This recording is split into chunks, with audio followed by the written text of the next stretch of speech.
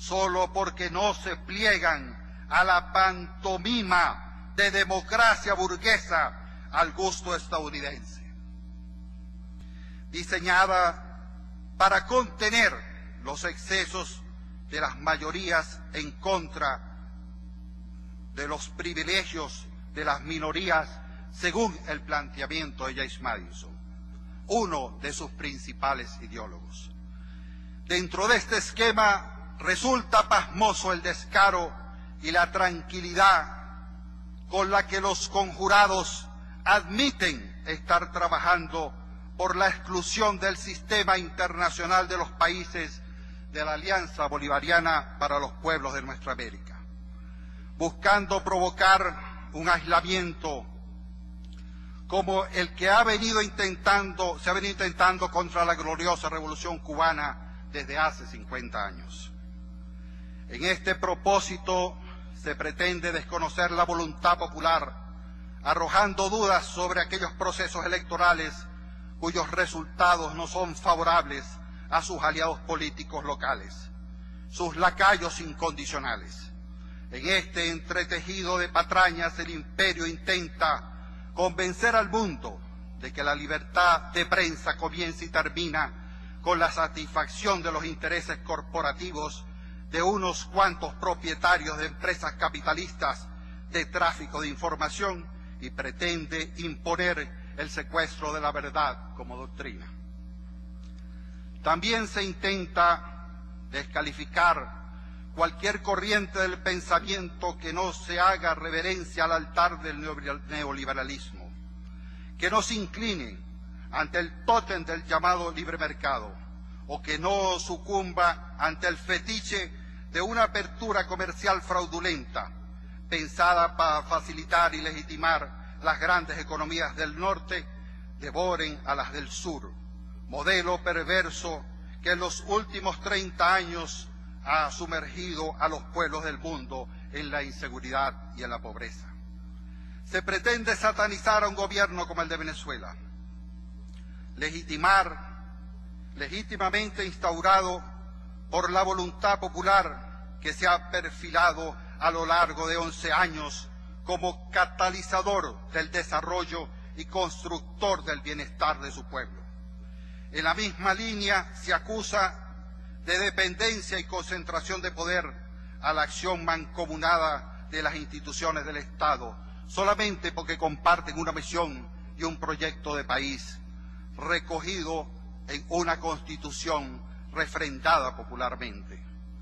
Se desprecia el nacimiento de nuevos actores económicos, los cuales reducen las desigualdades sociales mediante la democratización de las oportunidades y la distribución de la riqueza, políticas que a su vez no se conjugan con los intereses de las transnacionales y la oligarquía, cuestión que quiebra la tradicional estructura económica basada en la conocida división internacional del trabajo, modelo de generador de desigualdades entre el centro y la periferia del poder económico mundial. Nuestra nueva independencia pasa por quebrar la lógica supranacionales de dominación, generadoras de pobreza y demás problemas sociales. Se ha pretendido desconocer los avances en materia de reducción de la pobreza, puesto que nuestra meta en este sentido no es apaciguar la miseria, sino acabar con los factores económicos que la originan.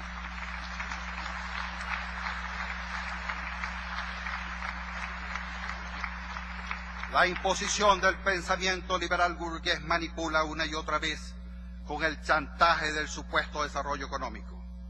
que desde su lógica toma en cuenta únicamente los tamaños de las economías y la generación de supuesta riqueza, que no es más que la plusvalía de las grandes corporaciones, despreciando los avances de las sociedades en términos sociales, culturales o ambientales, y la evolución de otros indicadores integrales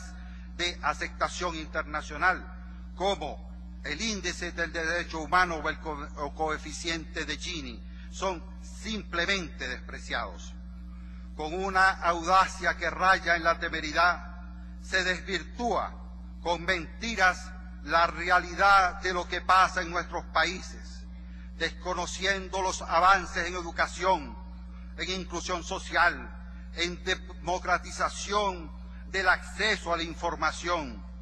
a los alimentos, a las fuentes de trabajo,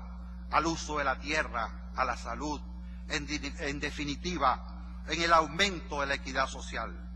Los tecnócratas defensores del modelo de explotación de nuestros países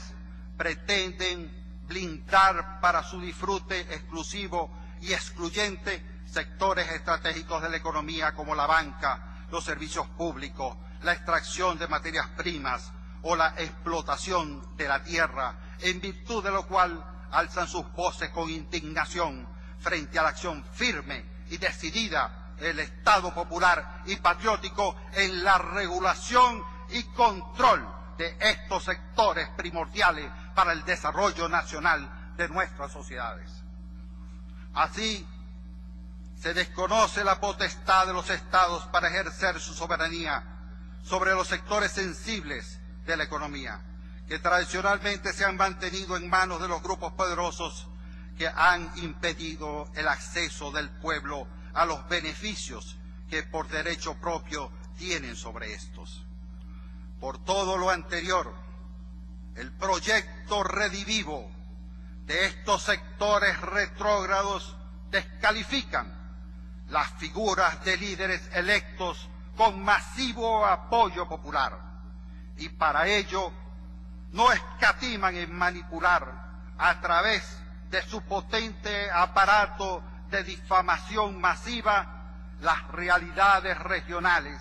históricas o culturales, dejando en evidencia el carácter racista, supremacista de su comportamiento que remonta a los tiempos de la Alemania nazi y la Italia fascista.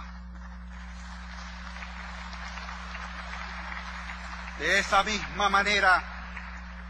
de esa misma materia en que está hecho la demonización de la cultura musulmana y en particular la del digno pueblo persa, pretendiendo correr un velo de maldad como justificación para imponer a nuestros países con quién pueden y con quién no pueden vincularse, criminalizando las normales relaciones entre los miembros de la comunidad internacional. Mientras tanto, quienes argumentan que el imperialismo era un concepto pasado de moda, pueden ver que esta arremetida, la más rampante y soez, muestra la prepotencia imperial estadounidense, que tanto terror y miseria han sembrado en nuestros países a lo largo de la historia y que solo es de necios o de cómplices tratar de ignorar. Una vez más,